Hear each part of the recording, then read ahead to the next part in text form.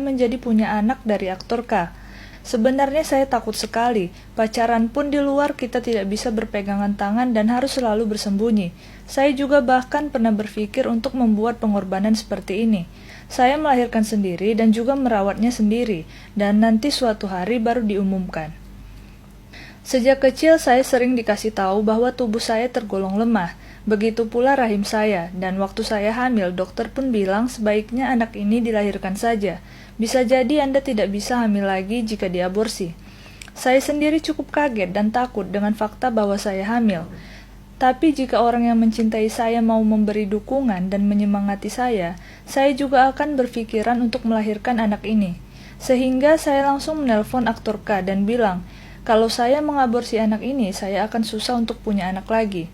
Apakah ada perempuan yang tidak ingin melahirkan anak dari orang yang mereka cintai? Dan sama dengan mayoritas para laki-laki, meskipun kondisi cukup membingungkan dan mengejutkan, saya ingin mendengar kata-kata darinya yang mendukung saya bertanggung jawab dan melahirkan anak ini. Dan balasan dari dirinya yang cukup sampah itu pun masih saya simpan. Di chatting, dia masih terkesan merayu dan juga ada pikiran untuk bertanggung jawab. Tapi saat bertemu langsung, dia terus merayu saya.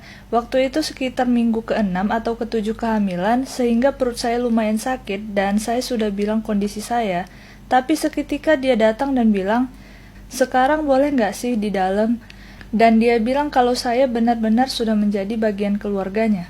Dan dia juga bilang seperti ini, tapi alasan kamu bilang kalau kamu hapus anak ini, kamu tidak bisa punya anak lagi, itu bukan alasan yang valid.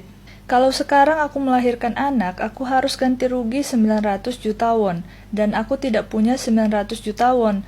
Dan memang waktu itu aktor K belum memiliki iklan apapun dan juga belum syuting drama apapun. Dia juga membicarakan tentang orang tuanya. Kalau anak ini lahir dan dia tidak bisa menghasilkan uang dari akting dan membuat orang tuanya harus tidur di jalan, bagaimana? Namun kemudian saya jadi tahu bahwa sebenarnya denda 900 juta itu adalah bohong, dan itu hanya rayuan supaya saya melakukan aborsi. Dan bahkan saya pernah diancam dengan ancaman seperti ini. Kalau kita lahirkan anaknya sekarang, sepertinya aku bakal benci anak itu. Ya, itu kebebasan kamu sih, tapi aku nggak yakin bakal bisa mencintai anak itu. Dan dengan aktingnya, ia menangis dan juga membahas masalah nikah dan berjanji akan memperkenalkan saya kepada orang tuanya.